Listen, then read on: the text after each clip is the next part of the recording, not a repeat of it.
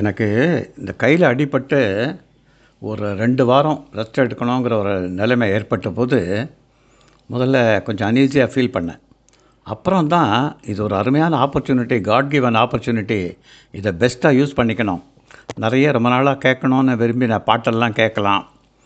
எதெல்லாம் படிக்க முடிகிறதோ அதை ஒரு கையை யூஸ் பண்ணிட்டு படிக்கலாம்.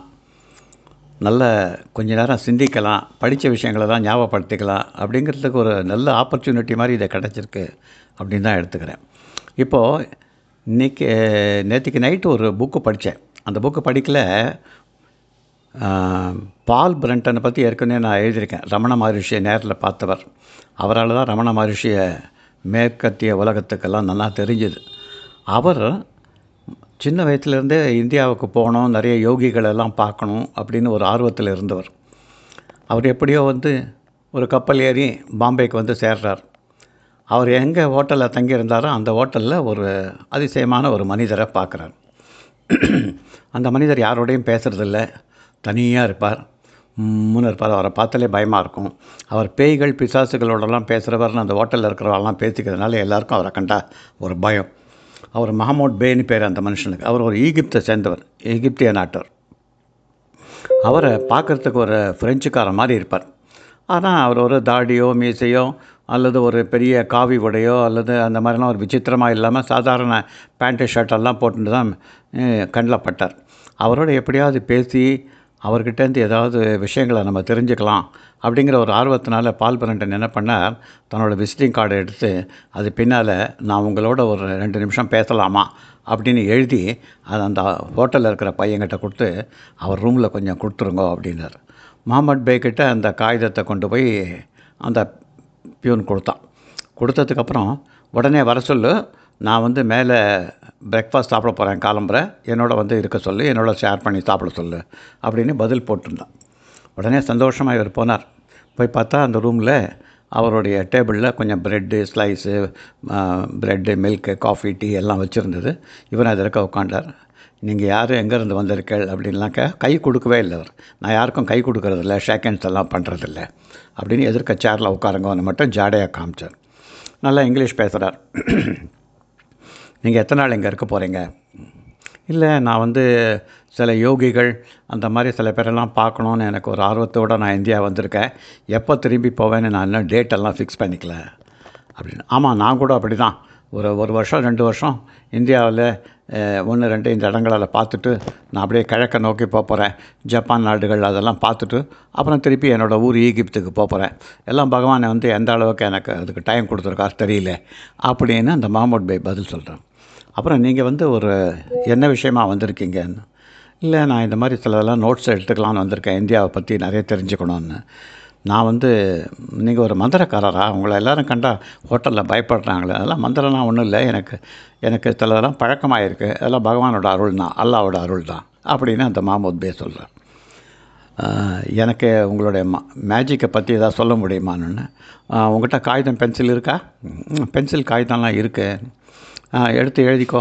உனக்கு என்ன தோன்றதோ அதில் ஒரு கேள்வி எழுதிக்கோ, அதை என்கிட்ட காட்டாத, நான் அந்த பக்கமாக திரும்பி உட்காந்துக்கிறேன் அப்படின்னு சேரை திருப்பி ஜன்னல் பக்கமாக கீழே பார்த்துட்டு அவர் உட்காந்துக்கிறார் தூரம். இவர் என்ன பேப்பரை எடுத்து அந்த பென்சிலில் 4 வருஷத்துக்கு முன்னால் நான் எங்கே இருந்தேன் அப்படின்னு ஒரு கேள்வி எழுதி அதை நீ எழுதிட்டியா கேள்வியை? அதை நான் மடித்து துண்டாக மடித்து அந்த பேப்பரை கையில் வச்சுக்கோ, அந்த பென்சிலையும் அதோடு சேர்த்து கையில் வச்சுக்கோ, கெட்டியாக பிடிச்சிக்கோ, கையை கட்டியாக மூடிக்கோ அப்படின்னார். அப்புறம் திரும்பினார். முடின்ட்டேன் திரும்பினார். திரும்பினோடனே இப்போது அந்த காகிதத்தை பிரித்து படிச்சுப்பார் அப்படிங்கிறார். பால் பிரண்டன் அந்த தன்னுடைய கையில் அந்த க்ரம்பிளாக கசக்கி மடித்து வச்சுருந்த அந்த காகிதத்தை பிரித்து படித்தா அது உள்ள 4 வருஷத்துக்கு முன்னால் நான் எங்கே இருந்தேன் அப்படின்னு கேள்வி எழுதியிருக்கார். அவர் எந்த இடத்துல இருந்தாரோ அந்த ஊர் பேரை கரெக்டாக பென்சிலில் எழுதியிருக்கு. யார் பென்சில் எழுதினா எப்படி கரெக்டாக அந்த ஆன்சர் அவருக்கு தெரிஞ்சது? இவர் மனசில் நினச்சதெல்லாம் அவருக்கு எப்படி தெரிகிறதுன்றது இவருக்கு ஆச்சரியம் தாங்க முடியல. இது இருந்தாலும் ஒரு கால் இது பிரமையாக இருக்குமோ அப்படிங்கிறதுக்காக இன்னொரு தடவை செக் பண்ணிக்கலாம் அப்படின்னு சொல்லிட்டு, இன்னொரு தடவை நான் உங்களை ஒரு கேள்வி கேட்கலாமா அப்படின்னு. இந்த தடவையும் கேள அப்படின்னு சொல்லிட்டு இன்னொரு பேப்பரை எடுத்துக்கோ அப்படின்னு அந்த பேப்பரை பென்சில் எடுத்து இவர் கையில் கொடுத்து அவர் பாட்டுக்கு திரும்பிட்டார். அந்த ஓரமாக ஒரு 4 அடி 5 அடி தள்ளியே உட்காந்துருக்கா, திரும்பி பக்கம் அந்த பக்கமாக பார்த்துட்டு. அதுக்குள்ளே பான் பிரட்டன் வந்து, நான் எந்த மேகசீனை நான் ரெப்ரசன்ட் பண்ணி 2 வருஷத்துக்கு முன்னால் ஒர்க் பண்ணினேன் அப்படின்னு ஒரு கேள்வி கேட்டிருக்கு. பென்சிலை மடித்து அதே மாதிரி அந்த பேப்பரையும் மடித்து கையில் உள்ளங்கையில் மடித்து வச்சுட்டார். திரும்பி வந்து பிரித்து பாரு அப்படின்னா பிரித்து பார்த்தா அவர் எந்த மேகசீனுக்காக ஒர்க் பண்ணிட்டு இருந்தாரோ லண்டனில், அந்த மேகசின் பேரை அதில் போட்டிருக்கு. மறுபடியும் இவருக்கு ஆச்சரியம் தாங்க முடியல. இந்த மாதிரி 2 தடவை 3 தடவை கேள்வி கேட்டோன்னே இவருக்கு அசந்து போயிட்டார் அவர். இது எப்படின்னு கேட்குறார். அப்புறம் வந்து அதுக்கப்புறம் இந்த மேட்ரை வந்து எல்லாருக்கும் ஃப்ரெண்ட்ஸுக்கெல்லாம் பால் பிரண்டன் சொல்கிறார். சொல்லிவிட்டு அப்புறம் கேட்குறாரு, ஒரு கால் இது வந்து என்னுடைய கண்கட்டு வித்தையாக இருக்குமோ, மனசை அப்படியே படிக்க முடியுங்கிறாள மைண்ட் ரீடிங்னு, அந்த டெஸ்ட்டில் அவர் தெரியிருக்காரோ அப்படின்னு மீதி பேர்கிட்டெல்லாம் கேட்குறார். அவள்லாம் படித்து பார்த்தா ரொம்ப நாள் அந்த பேப்பரை அவர் கையில் வச்சுருக்கார். அந்த மடித்த 2 துண்டு பேப்பரையும் 3 பேப்பரையும் வச்சுட்டு எல்லாருக்கிட்டையும் காமிச்சா அந்த எழுத்து அழியவே இல்லை. அந்த பென்சிலில் யாரோ எழுதின பதில் இருக்குது இவர் கேட்ட கேள்விக்கு கீழே. அதனால் இது எப்படி வந்தது என்னன்றதை இன்னி தேதி வரைக்கும் எனக்கு தெரியல அப்படின்னு ஆச்சரியப்படுறார் பால் பிரண்டன். இந்த மாதிரி நம்ம ஊரில் கூட நிறைய யோகிகள் இருக்கா. அவளுக்கெல்லாம் எத்தனையோ யோக சக்தி இருக்குது. இங்கே உட்காந்துட்டு இருந்தாலே எங்கேயோ நடக்கிறதெல்லாம் கரெக்டாக சொல்லுவாள். அந்த மாதிரி சக்திகள்னால் என்ன ஏது எப்படின்னு நம்மளால் அர்த்தம் சொல்லவே முடியாது, அதை புரிஞ்சிக்க முடியாது. ஏன்னா அதை புரிஞ்சுக்கிற சக்தி நமக்கு இன்னும் வளரலை.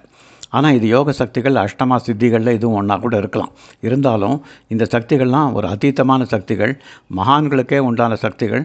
சில மந்திரவாதிகள் தந்திரவாதிகளும் இதை யூஸ் பண்ணுறா. சில பேர் இதை பணத்துக்காக யூஸ் பண்ணுறா. சில பேர் இதை நமக்கு அருள் செய்கிறதுக்காக, நமக்கு உபயோகப்படுத்துறதுக்காக, நமக்கு நல்லது செய்கிறதுக்காக இந்த பவரை யூஸ் பண்ணுறா. இதை மாதிரி இன்னும் நிறைய விஷயங்கள் அப்புறமா நான் சொல்கிறேன்.